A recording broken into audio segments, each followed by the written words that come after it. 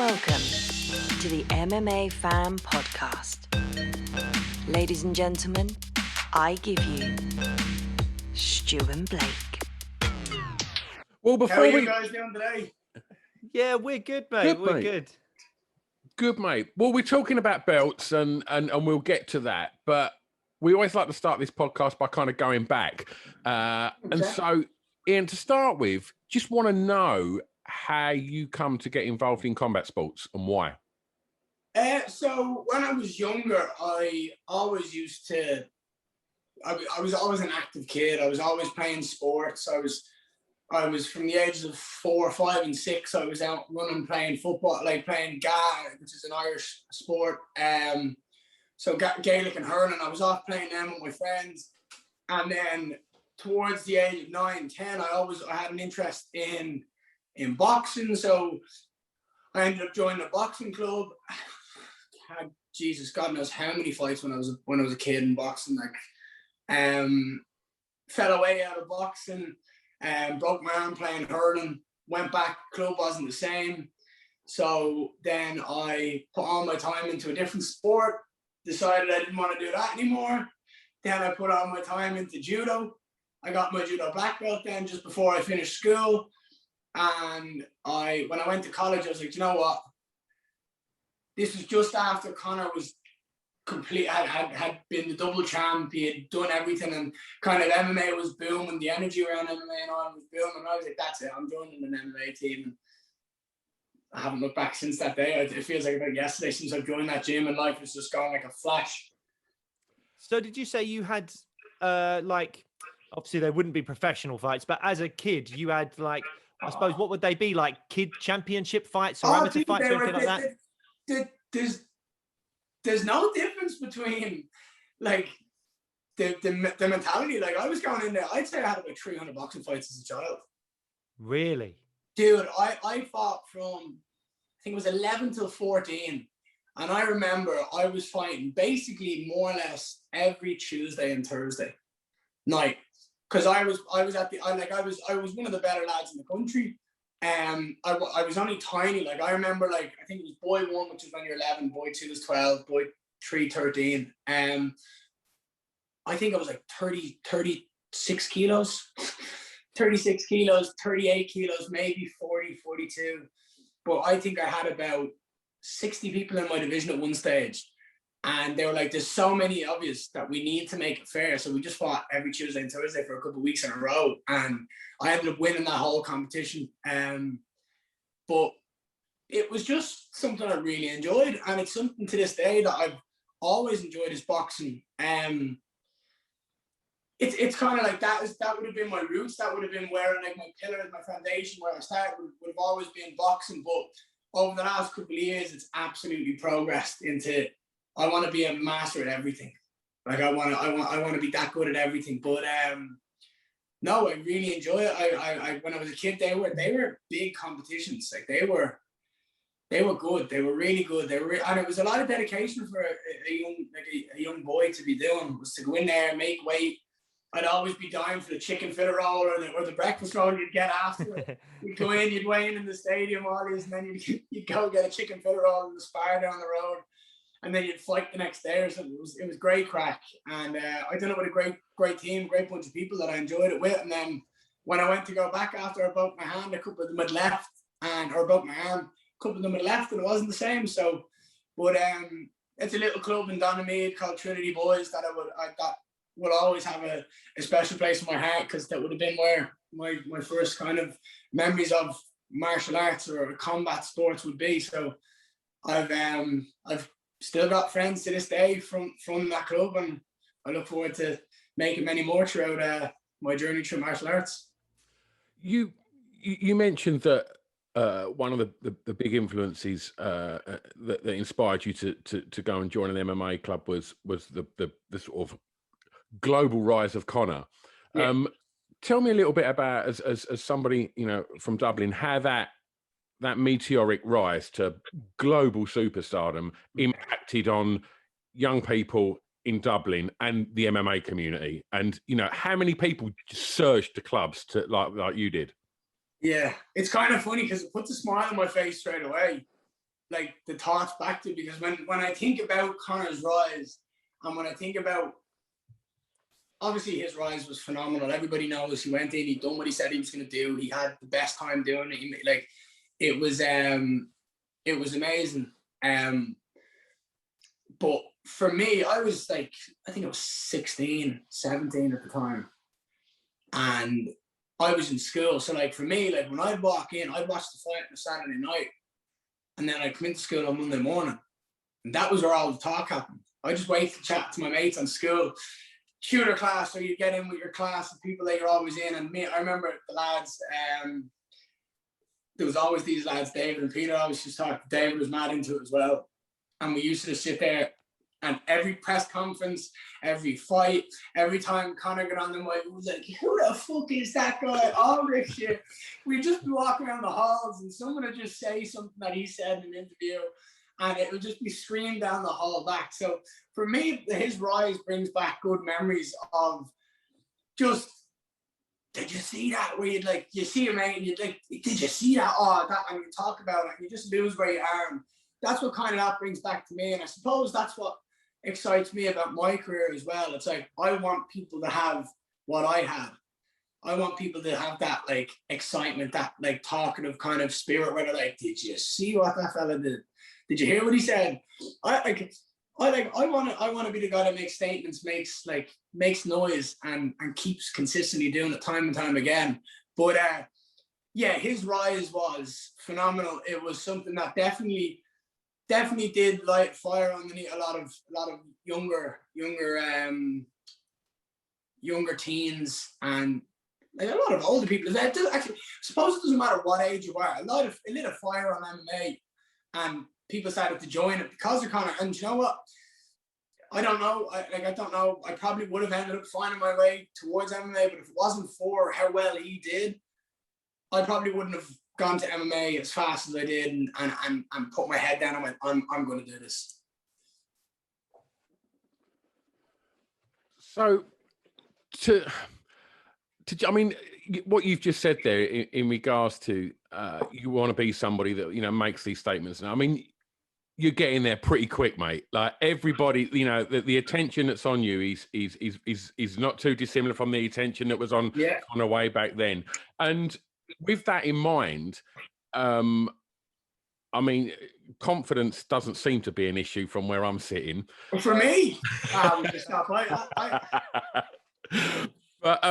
just how are you finding that kind of the attention that's on you and the pressure? Do you feel the weight of expectation of Dublin and further afield?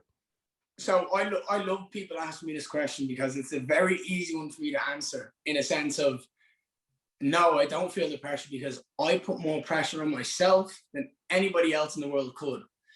The reason I like, as you say, like I've got so much hype and like the confidence isn't like, it's not like I'm a cocky prick and I'm confident just beyond like belief. It's, I work my ass off day in and day out, 2 to 3 times a day, and I've earned where I am to this day. I've earned the skill set I have. I've earned the spot, like in like fighting for the belt. You know what I mean? I've earned everything. Like, and that's my attitude. Is if someone says to me they've done this, I'm like, yeah, I've already done that. Like I've done, like I'm, and if I haven't gotten to that point, I'm going to do that. Just give me time. I'm on the road. I'm gonna get there. Like the path is set.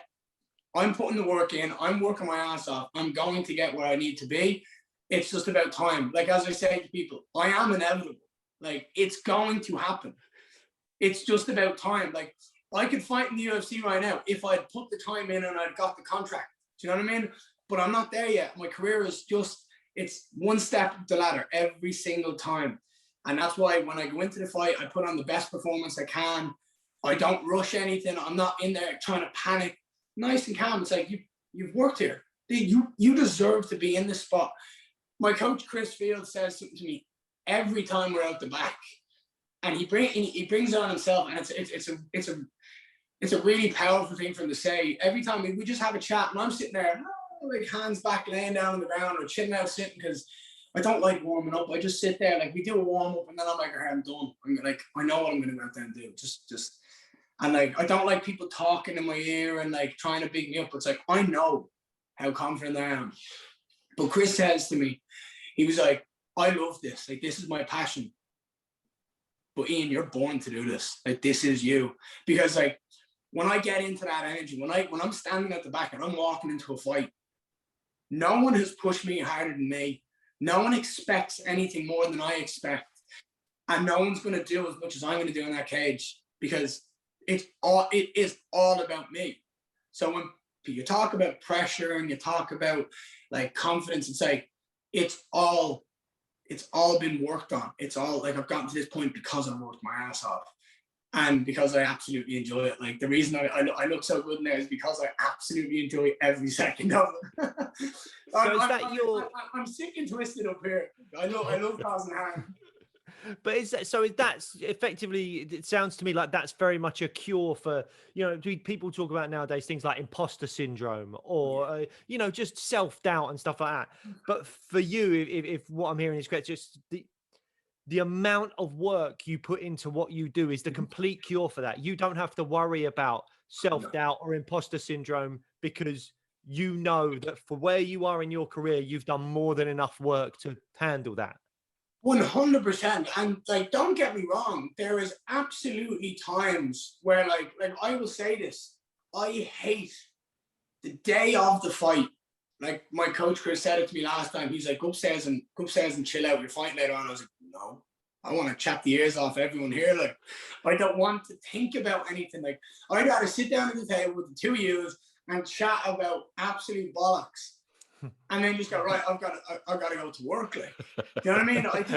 Because if I go upstairs and sit in my bed and I'm just sat there like that, laying down, I'm going, your brain just goes off on one. And you're like, what if this guy does this? And, well, he's really good at this. So what if he does that? And you're just like,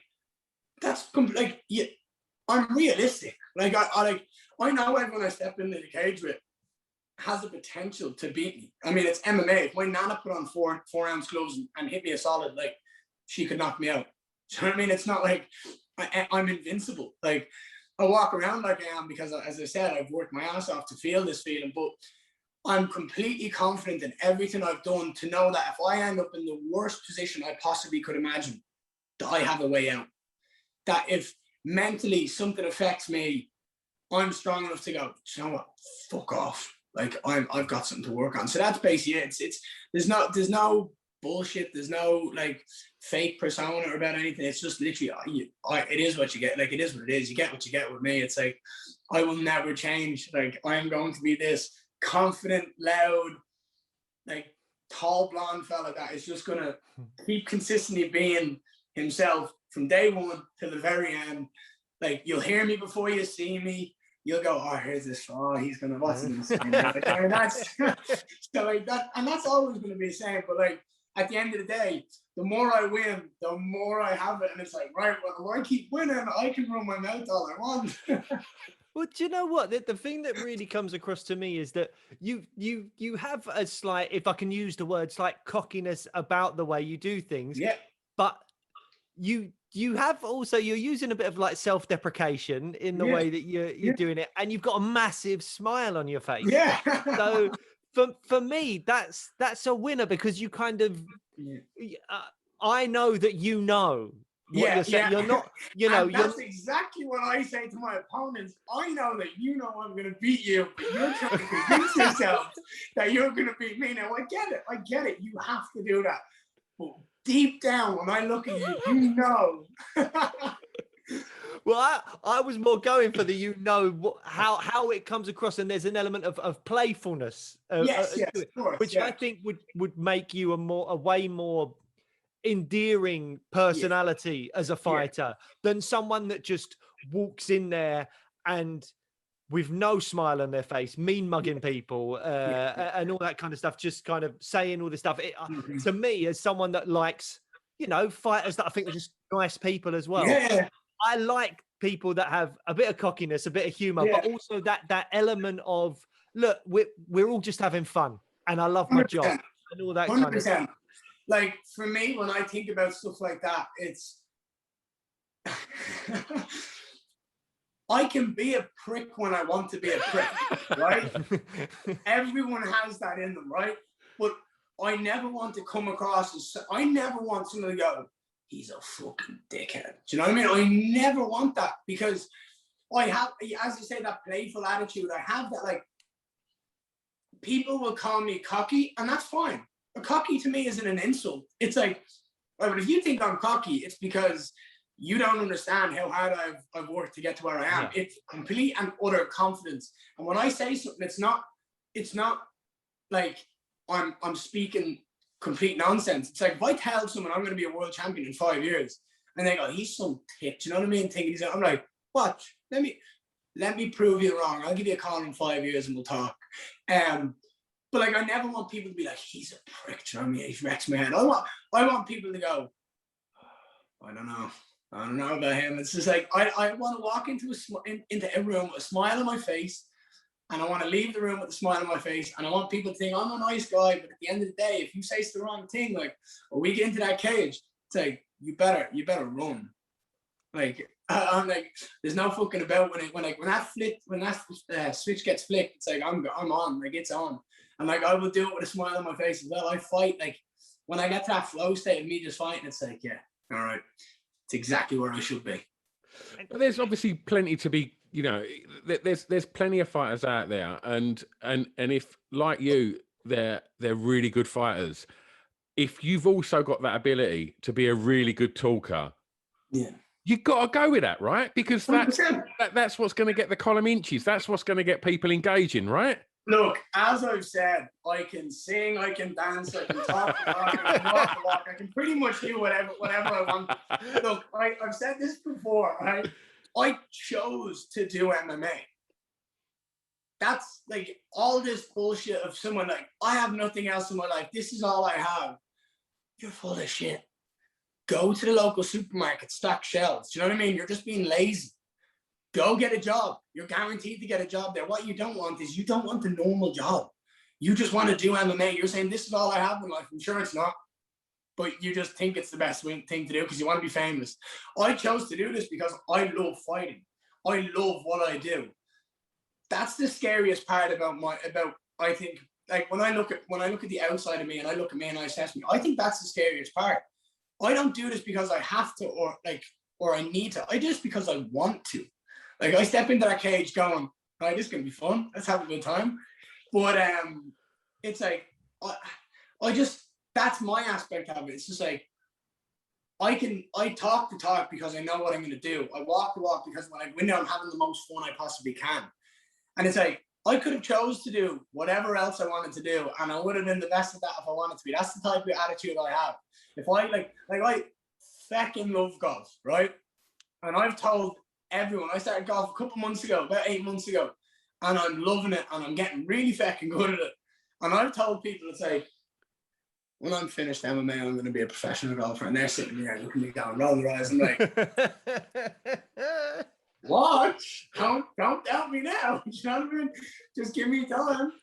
Oh, amazing. Well, I'm really looking forward to Ian Garry the musical when that comes out. I mean, dude, I will absolutely put on a black jacket, dye the hair black, and be like, hey, my name's Danny. What's your name? 100%. Where did you go? Be sliding in your body. Be sliding, go, be sliding. The last thing I expected from this interview was to get a rendition of Grease Lightning from you. Dude, I'm just going, the chicks are cream. The chicks are Grease Lightning. Go. That is one thing I find very disturbing about that musical, is that I was watching that musical from a very early age, and there's lines in it like, the chicks will cream. Yeah, and you're like, how is this allowed? Like, I'm pretty sure my mum let me watch this musical at the age of like 7. I remember, what's happening? I remember when I watched it back, and I was like, oh shit, all right, I'm pretty sure I watched that when I was like 8. Do you know what I mean? It's a good music, like, it's a good film. Yeah. Like, and it's a very family kind of oriented, like, it is cool, like, it's like a cool dude, that typical, like, but yeah, there is some stuff. There's a lot of stuff, like, even when you watch, when you go back and you watch, like, The Simpsons and all, there's loads of stuff that you see from years ago, and you're like, wow, that should not have been there. As a parent now, I'll put something on, like, oh, kids, watch this, it was great. back in the 90s, we'll watch this, whatever. And there's so many problems with most of those films that I Like grew that. up on. Either they're like really like disempowering for women. I've got a daughter, and me and my wife were like, we want to make sure, you know, she's watching things that empower her as like a young 100%. woman, all that stuff.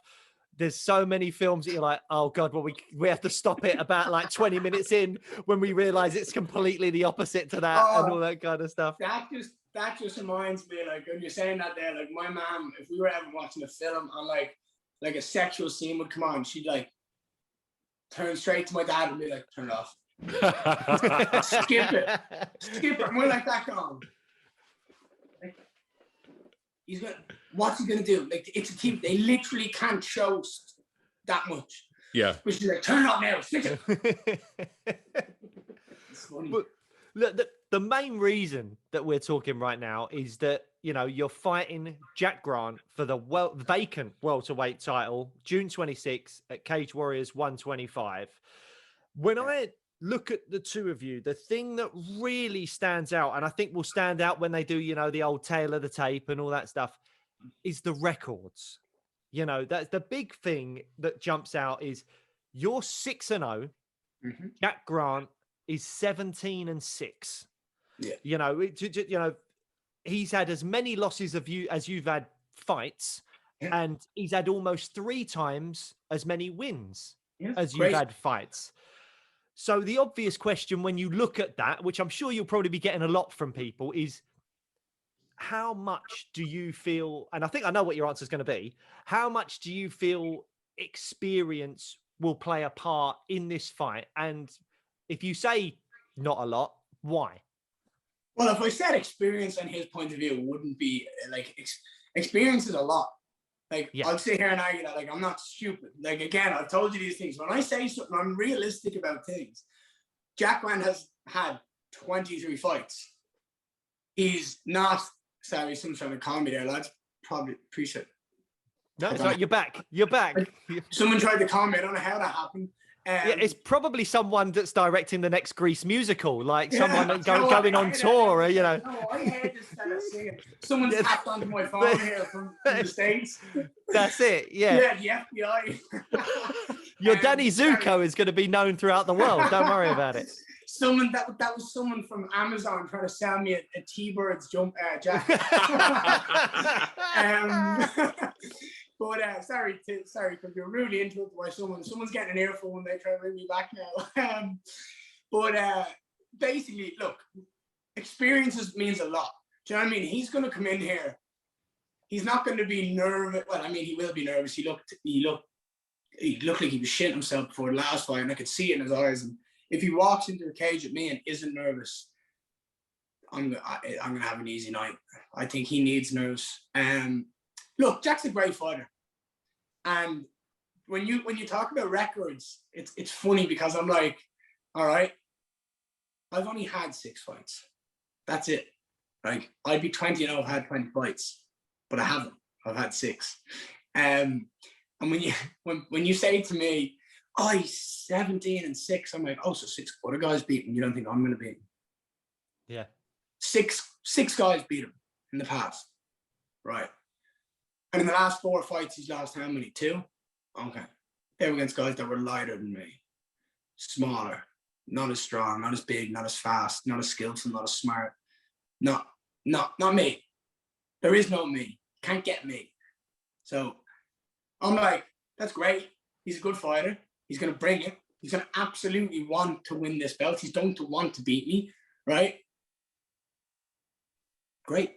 I love Jack. I think I absolutely love him. I have all the time. I've happily sat down with him and his team and just chatted to him for like hours before I really get along with the guy. And he gets along with me and his team get along with me as far as I'm aware. But like, that doesn't mean we're not going to go in there and try to punch the head off each other. Do you know what I mean? I punch my best mates in the face every single chance I get when we're training. So for us, this is a job. And like, I am not worried in any way, shape or form about his experience. Do I think it will play a factor? Yes, potentially. I think he's been in a lot more situations than I have, purely due to the fact that they've been in fights. But then again, it's like, I've been training ridiculously hard for the last, whatever it is, 4 or 5 years. there's not many positions that I haven't ended up in. There's not many scenarios that I haven't been in the gym. Just the fights have gone so easily, and I've made them look so easy because I'm so much better now when I step into the cage with it. And like, it's just funny because every single person tells me in a fight, oh, I think this is going to happen. And I'm like, if it's not what I've told you is going to happen, then it's not what's going to happen. So I've called every single one of my fights till this day, and I will call this one exactly the same. I know what's going to happen because I'm going to go in there and do what I want, and no one can stop me. They can try. I respect that, but it's not how it works. Just looking at the last fight, I watched it again today, and you look big, man. Oh, I do. Wait, and you see me without a top on this time. I have put some work in. I have been non-stop working on that. Yeah, I am big. I'm getting bigger and bigger. Like, again, like my coach sends me photos of like 3-4 years ago, and it's like, what? Like, how is that the same person? And I'm like, puberty done me well. It hit me late, but it's done fucking well. But like, I'm just like, there was a point where I grew this way, and now it's coming this way, and I'm just starting to get bigger, and my shoulders get wider, and my chest is getting wider, from my legs. It's again, it's also hard work. Like, I'd never done strength and conditioning until when I fought my pro debut, I broke my hand and I couldn't do anything, even though I knew I was going to fight my next fight pro with Cage Warriors because I'd signed the contract. It was only then that I started to do little bits of strength and conditioning. I had no strength. I was functionally strong in regards to like movement, like levers and my body weight and moving other people. But when it comes to lifting weights and shifting weights and cardio, I was always fit. We've just, again, every fight, it just goes up and up and up. I'm bigger, I'm faster, I'm stronger, I'm fitter. And I know you hear people say that every time, oh, it's the best I've felt, it's the best camp ever. It's like, no, I'm genuinely I'm on this trajectory, and it's working.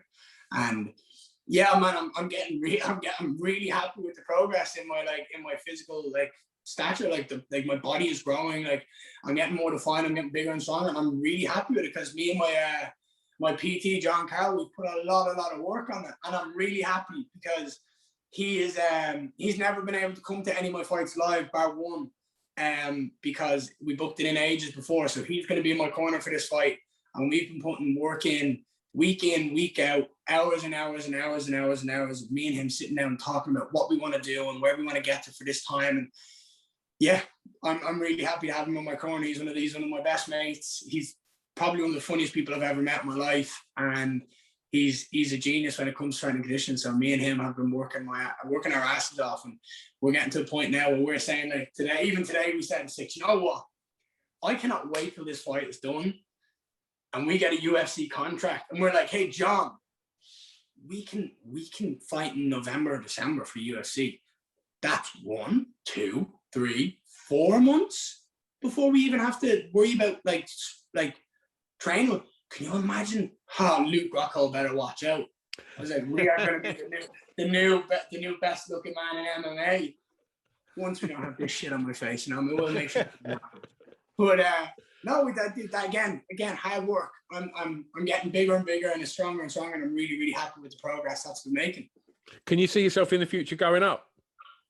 Oh, definitely. Yeah, if like I've said, I'd love to go up and fight for the middleweight belt, purely because my teammate James Webb and my coach Chris Fields had it, and I just like to have like Chris, Webby, and me all having it. But at the same time, like, I'm not closing any options. I'm just saying I'm just taking this fight, and then we'll see what the future holds per se. But I absolutely can see myself fighting a middleweight. I think I smoke most middleweights as well. Like, I'm a big dude, and like, it's like I cut to make 77. It's like, so I can eat pretty much all I want and fight 84. It's like, all right, great, fine, let's do it. I'm not scared of a bigger lad. Like, as if I'm still gonna punch him in the mouth, and he's gonna be like, what is this? And again, this is where I win fights. Like, not because of my physical size, or not because like I have that one punch knockout power, and that's absolutely ridiculous. Like, everyone knows Conor's got a straight left. It's like, no, I beat people up here. Like, I'm just smarter than people. That's so, doesn't matter what weight it's at. You spoke about the UFC, and one thing I think I've heard you say in previous interviews is you're not interested in being a short notice replacement for anyone. When you go to the UFC, it's because the UFC see value in you, and 100%. they come to you and give you a contract. Like, what? That's a very confident thing to say, and it's very. I would argue that that's a when the contract's in front of you, that's probably a very difficult thing. But I don't. 100%. The way you speak about it, I don't doubt you at all. Well, I think that's exactly what you'll do. You'll wait for that right opportunity when the deal's right for you. I absolutely understand where you're going with this one, and I do. And like, there's a right place and a right time to take a short notice fight, right? If I go in and I sign, so let's just go in the future. I beat Jack Rand, I win the world title, and the UFC offer me a contract, and they go, can you fight in 3 weeks' time? And it's like, well, I've just had, let's just say it went to the decision, right? Just so you're getting the longest fight you possibly can. I'm going, right, well, I've just put my body through 25 minutes of hard work. I've cut weight. I want to break. I'm not going to go in and take a short notice fight against someone who's been ready for a fight at the same time and hasn't had what I've just done. It's like, that's pointless. I don't see the point in that. If I've gone in and I've fought my UFC debut, and I went in, I finished someone in a round, and there's a fight in 2 weeks later or 3 weeks later, and they go, oh, X has dropped out from the fight. I'm like, to Chris, want to step in? Like, I'll do it, and we'll see what we says, and that's it. That's when we do it. But I'm not taking, what I mean by that is I'm not taking a short notice fight for my debut. Because when I make my debut, that is going to be, I want that, I do believe that UFC contract is inevitable. I think I'm going to work my ass off to get it, and I have worked my ass off to get it, and I think it's only a matter of time before I get it, and I cannot wait till that day. Like, I want to be the best fighter in the world, and the UFC are the best platform in the world for fighters, and everyone knows that. And as long as the UFC are the best platform in the world, that's where I'm going to want to be. So I want to get that contract. I will work my ass off to get that contract, but I also know my value, right? I know how big I can be, because as I've said earlier on, we can talk the talk, we can walk the walk, we can sing, we can dance, we can do whatever we need to.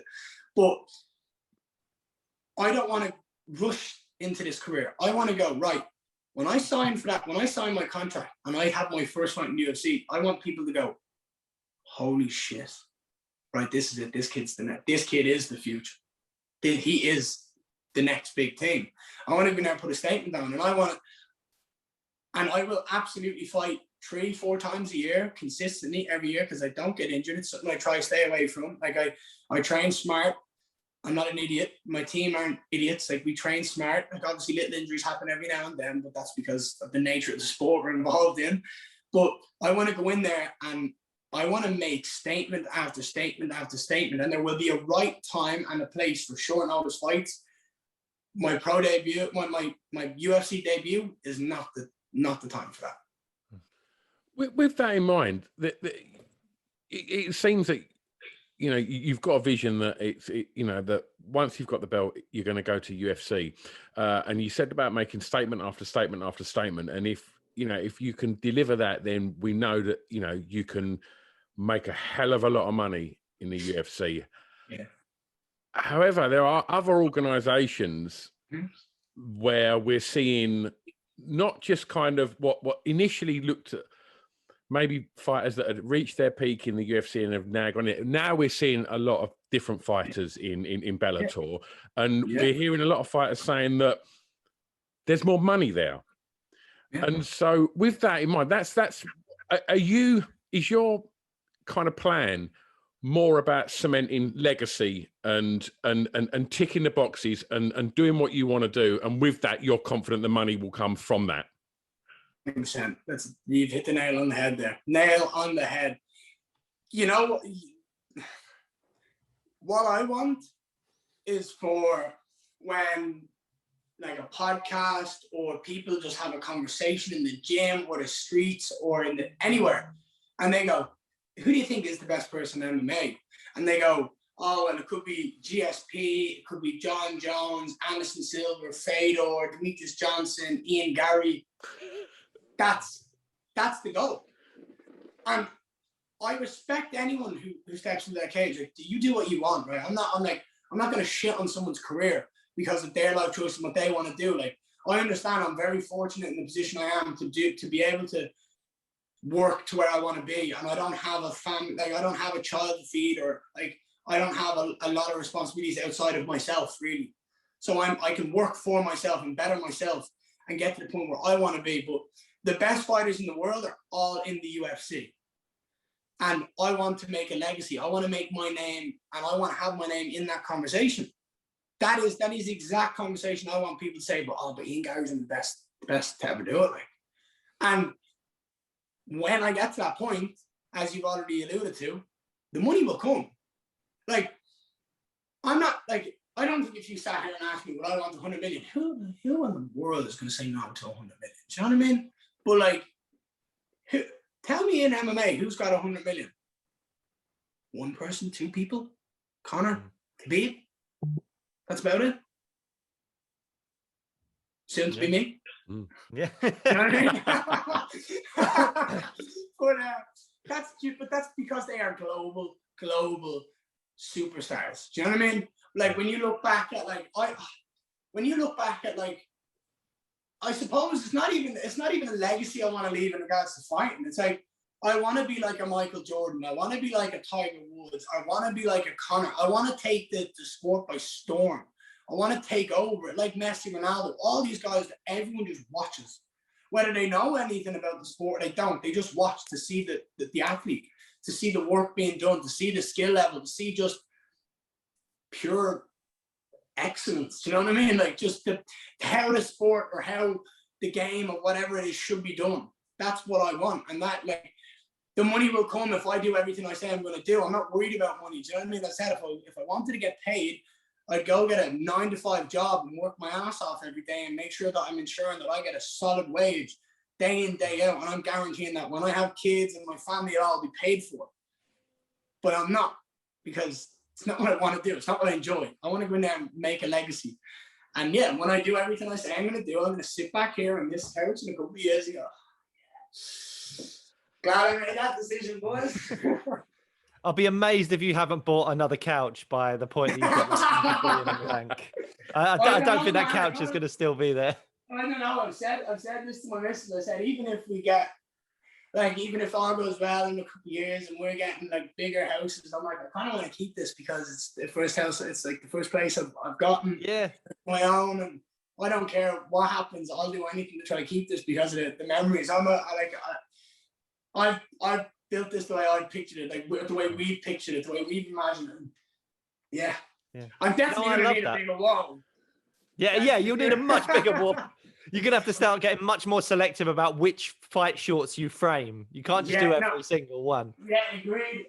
I tell you what, though, the purple and yellow looks good. I mean, it looks really good. They look solid. Yeah, it does look good. Yeah, we've got it nailed. But yeah, that's I probably will buy a new couch by then. Yeah, you're probably right. But this place will still be here. And so, go on, Blake.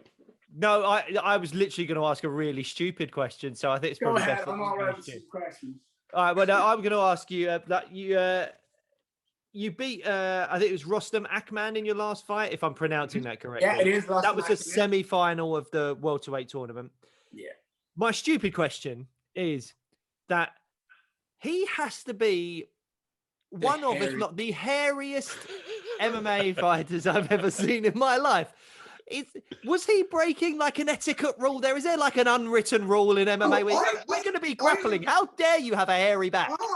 Like, have you seen me? Not a hair on my body. You know, it looks like a complete opposite, right? You look so young, though, that it doesn't look like you could grow a hair on your chest. Dude, I get like a little mustache, I have a little mole, it grows a little bit fast, and I get a little bit of dirt, what it looks like. The soul patch. A little bit of dirt. It looks like I left a bit of chocolate or something on my face. No, my dad told me that like, he couldn't grow a beard until he was like in his 30s. Like it his facial hair never grew, and he was like, "You're probably the same." But yeah, I was under the illusion that isn't like that. You're not allowed to be that hairy. I remember, dude, I swore that I listened to something on YouTube or a podcast one time, and I don't want to be disrespectful to anyone, so I'm not going to mention any names. But I remember it was like, I think it was talking about like showering, like someone wouldn't shower before a fight because they would stink and no one want to grapple with them, which makes absolute sense, by the way. It's actually cheating the system. It's brilliant, right? It's ingenious. If I went to grab you and you stunk, I'm like, no way I'm going to do it. Do you know what I mean? You just want to get out. I'm gonna punch you here. That's probably what your man wanted. Yeah. But no, I don't think there's a rule on body hair. But I tell you what, like my coach was like slapping me, like they were all on my face, like it was on my face and my back and my hands. I picked out my gum shield, and the first thing I did was like, no way. I actually think if you go back and look at when I get my hand raised, I'm like picking it out of my mouth because it's just there. It's like, oh, it's filth. Yeah, it's filth. It's disgusting. But look, that is gross. Again, that's the way he's built. You know what I mean? Like, of course he can shave it, but if he's comfortable and that's the way he's happy, then that's it. You know what I mean? Each to their own. Well, yeah, I mean, I've always thought that, like, because you see a lot of fighters that you go, you should be hairy, but I'm sure you must like shave. I don't know if it's like some kind of advantage in the grappling in terms of like being sweaty and slipping out of fights. Like I have legs like a fawn. Like I have incredibly hairy legs. Like if they wanted to make a Narnia-based show without any special effects, they should call me to play Mr. Tumnus because my legs are absolutely ridiculous. But sorry. Narnia is a great film. Yeah, The Blast in the Past, Mr. Tumnus. Yeah. But yeah, no, it definitely is. Have you ever tried to grab a fish? I've never tried to grab a fish. Some people may have seen me punch a fish, but but I've never grabbed it. Oh, dude, I completely forgot about that. That's so honestly, I've watched that so many times. It is possibly one of the funniest things ever. Just the way, I know it's obviously the show, but just the way you just look at it, you just like that. Well, I take it was ridiculous. It was like 2 days before it got freezing cold. There was like a snow blizzard just came across the UK. And the fish's head was really hard. Like I'm saying this to someone that punches people for a living, so I'm sure you've got no sympathy. But I wasn't even wearing 4-ounce gloves. It was just my fist, and it was, it was a dead fish. But I didn't actually kill a fish, just for anyone worrying. There was, it was a dead fish, but it was a really fucking hard head for my like weedy little hands, and it was freezing cold. And it's worse when it's cold if you get hit with a football or flick behind the ear or something like that. And my knuckles for the next day or two were properly bruised, like really swollen up. That was meant to happen. I was meant to bring up a fish. That was meant to happen.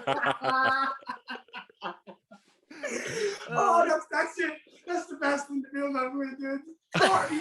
You're fishing a boat. Then the flare gets shot in the middle of the harbor. Oh, man. Dude, I have to say, while we're on it, one of the best shows anyone could ever watch. It was like it's just brilliant. Like it's absolutely insane. I can't tell you how many times I've pissed myself watching that show. Like it was just so fucking funny. It's it's brilliant, and I'd say it's cool for you to like look back at it and go, yeah, we were part of the biggest, like one of the best series that's ever out there, like, because that was legit. Like, thanks very much, man. I cannot believe that that led to the fish conversation. Like that is the shit in life that like I was absolutely meant to say a wet fish there, like a fish. Like I was 100% meant to say that, and that was what you were meant to reply. Like that is it. But yeah, in regards to people being hairy, which is the conversation. Drag the interview back. Come on. It is when you shave your legs and your legs get wet from, like, I don't shave my legs, so I don't care. It doesn't make a difference. Yeah. I'm so sweaty anyway. People do. It's like trying to, like, when people go fishing, they try to catch a fish. It's like, it just slides. It's Yeah. just had, it's gone. And it is an advantage, but like, stress it out. Like, I just go in and fight. Like again, my aspect is, if someone is going to come up to me on the street and go, hey, do you want to fight? Am I going to, actually, can I just go home and shave my legs? Yeah. You know what I mean?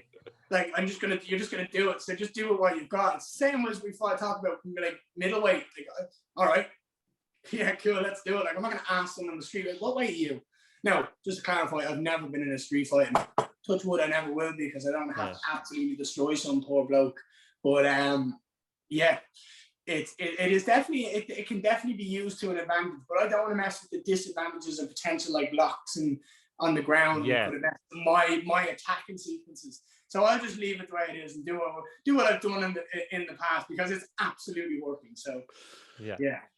Well, we spoke about like pre-fight and leading up to that and size and stuff like that. So I want to just kind of, as we start to wrap it up, think of the more kind of fun things, which is, what's your routine post-fight? Pizza and Skittles. Pizza and Skittles. So everyone says, pretty much everyone says pizza. Skittles is a new one, but pizza's one we get a lot. I love pizza, right? I think you hear pizza a lot, and then there's me. Yeah. After every fight, I'm like, pizza and Skittles. Skittles are my favorite. Can you eat it all? Because we had Jack Shaw, I think it was Jack Shaw on, and he said that like he gets really carried away and he's like, babes, order the pizza. But then he has about 2 slices and goes, oh, now I feel a bit sick. No, you're going to eat that. Yeah, cheers. You're on it. Oh, dude, I'm a horse when it comes to food. I don't even ask people, do they want pizza? I just buy like 4 pizzas and just put them on the ground or put them on the table and go, yeah, you can work away. And I'm just there eating everything. I'm just stuffing my ideal night after a fight is to eat so much pizza, sweets, be around, be in a good energy, a good vibe with the people I've worked my ass off with to get to the fight, and the people I love, and then KO. Go to bed, wake up tomorrow, and just have a big smile on my face. So yeah, that's there. Yeah. So post fight is pizza and Skittles and have a good fucking time.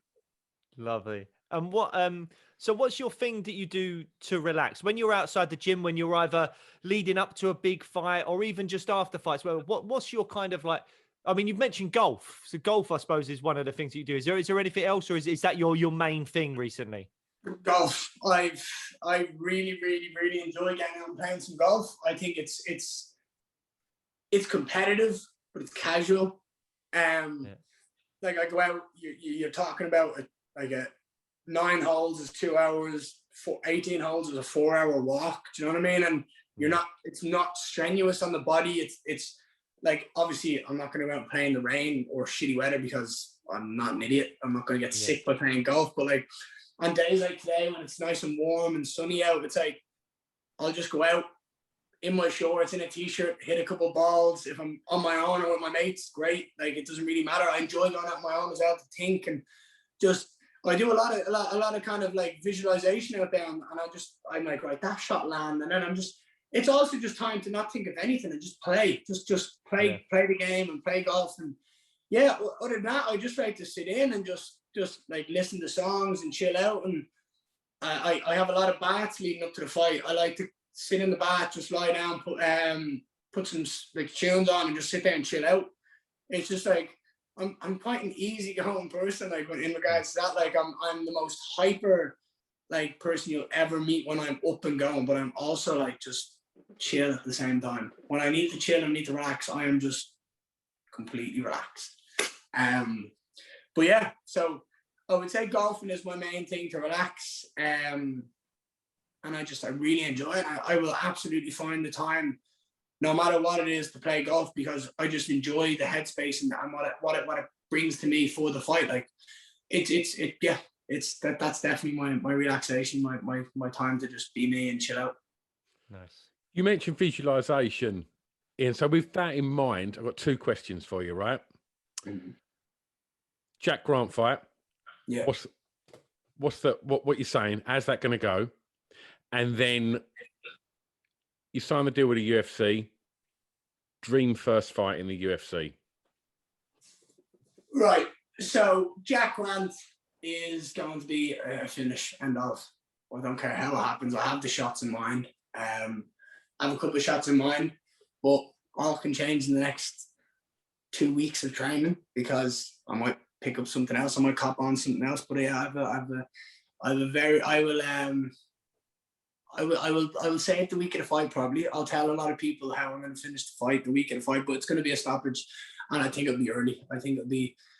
I'll give Jack the respect. I think he'll get out of the first round just because the pace will be slow. I think he'll look to come out and start fast. He's going to have to take me down. If he thinks he's going to stand at me, he's an idiot. He's going to have to try to take me down and sub me, which is hilarious because he's never been subbed in his life in a pro fight. And people are all talking about, oh, Gary's going to get subbed. All his friends and family and his fans are saying, I'm going to get subbed. It's like, Jack tries to take me to the ground. I'm going to sub him. So good luck. Good luck, because I have that ego that I will absolutely beat him where he's best. I think everybody in the world knows that I have that ego. Do you know what I mean? I will beat him where he is meant to be best.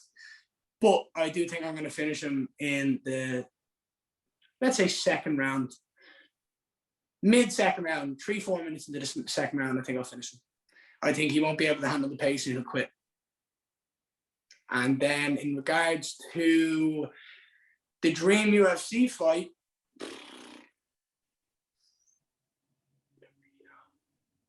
don't really know. I've always said I'd like to fight someone like Mike Perry because everybody knows who he is. Yep. And he's someone at the moment who is lower down the rankings due to the bad run he has. But I also don't want to fight someone who's on a bad run. But I'd like to fight someone who's got a name. Like I'd fucking love to fight Diaz. Like I'd absolutely murder him. Like great, you're tough, you're durable, you absorb punches with your face. Great, you're not going to beat me. I'd love to fight him, but like I genuinely look. Let's say Diaz. Do you know what I mean? Let's just say that big name, but it's never going to happen. But like, maybe eventually it will. Maybe. The dream fight is whatever fight is going to get me the biggest fucking statement I can. Let's put it that way. Yeah. The future has arrived. That's what we want. Well, I mean, I know we've probably run well over what our time was meant to be, but Dude, I have to ask one thing because ahead. it's been like something that slightly made me go, what is that? And it's the celebration that you do. I was like, right. What is it? Right. I don't know what it is. Right. Have you seen the GIF, right? The video of the little kid in a green t-shirt at the stadium, at the like I think it's like a baseball or a basketball stadium with his dad and his mates, right? And all the dads and the mates just sit there and they see themselves on the big screen. You know, everyone's like, "Way!" Right? Yeah. The dads are like, "Way!" with the points. The little kid, I do it. I'll send it to you. You have to know, right? Please do. The little kid, I'll do it. I have the photos and all here. I'll take this out 1 second. My phone doesn't stand. Where am I gone? Right? The little kid stands up and he does this, right? He does this, right? And he does this one, right? It is the best thing. He stands up and that's his natural reaction to being on the big screen. Everyone goes, "Way!" and he's like, "Ah!" It's just it's the stupidest, funniest thing in the world. And I send that gift to my mates all the time. And I'm just like, this is me. Like that is my reaction if I'm on a big screen, like top off, like jocks up. I'm gonna send you it and you're gonna understand it, and you'll exactly understand what it is. It's brilliant. It's way more wholesome than I thought it would be, because when I look at it out of, context, as I have done when I've watched your fights, it looks a bit creepy. It looks absolutely stupid, but like it's hilarious. If you know what it is, you will piss yourself. I'm gonna love it from now on. From now on, it's gonna be my favorite celebration. I can't wait.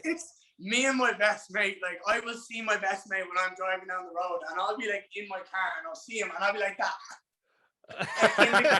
and he'll do it back to me, and it's so funny. It's such a stupid celebration, but like if you get it, you get it. If you don't, you're gonna. And you know what? Like my missus was saying, it creates engagement. People are like, "What is that celebration?" Like that. Yeah, well, definitely. Yeah. I couldn't care if people say it's the worst celebration. Did you see what I did to the bloke? Yeah. Exactly. What is he? Snoring. You know what I mean? Face down, ass up. Like it's just something funny, and people love that. And like when I didn't do it in my second, not my last fight, but the one before that. And people were like, "What the heck?" And I was like, I had to say something to the commentary. Like in regards to this welterweight tournament, like I feel like, not that I've been shafted. I think that's a bit aggressive, but like I feel like it's been like made to slow me down. As in, I should have got the belt against Boston, but no one else had a win in the division because everyone else shit the bed and lost. So they make this whole tournament to go, okay, we're going to have two guys that win, and then the winners are going to fight. So it's like, yeah, so just give me the belt because I'm not going to lose, and then find someone for me to win or to beat. And it's like that whole thing. It's like I had to get on the mic and be like, this is mine. Anybody who wants that belt, they have to come see me. And guess what? Jack Grant wants to win that belt. He's got to come see me. It's my division. I'm the best welterweight in Europe outside the UFC. I'm the best welterweight in Europe in my mind. Do you know what I mean? And anyone who wants to have an argument with me about that, great. Get into the cage, come to my gym, and let's see. Because I'm pretty sure I'm going to win that one. Mate, it's been an absolute joy chatting to you. Can't wait to watch you fight. And best of luck, man. Get that belt, and mate, I appreciate it, lads. Light up the UFC like a firework, man. Oh, yeah. Dude, it's gonna be like the 4th of July when I step into that place. Boom. Gonna win there. People are just like, what the heck just happened? Yeah. Put on a show. Again, I want to make statement after statement after statement. I can talk the talk, I can walk the walk, I work my ass off, and I'm gonna make sure I do this as best as I physically can. Well, lads, it's been an absolute pleasure. I appreciate the time. I appreciate you taking time out of your day and talking to me. And it's been great talking about punching faces. No, honestly, mate, it's been great. I've had a lovely time. It's the interview I've had with it went to the most least likely place when you started singing "Go Grease Lightning." So I will always appreciate that. We're definitely clipping that and putting it out there. So, dude, you can do what you want with it. Once you put the clip of you and then you smash the fish in the face, if you don't do that, I'm gonna do that. The video of you just looking at it and then just going. But no, like, it's been a pleasure. It's I've had a great time. It's been a great interview, and in 3 weeks' time, tomorrow, I'm going to go out there and become a world champion. And it's been a pleasure to talk to you about the journey so far. Maybe we'll be back on soon afterwards when I have this gold belt wrapped around my waist, and I'm sitting here going, "Hey, I told you." Well, we'll hold you to that, man. We'll get you back on for that, and hopefully we'll see you again at some point soon. Absolute pleasure, lads, and absolutely 100%. Take care, brother. Mate.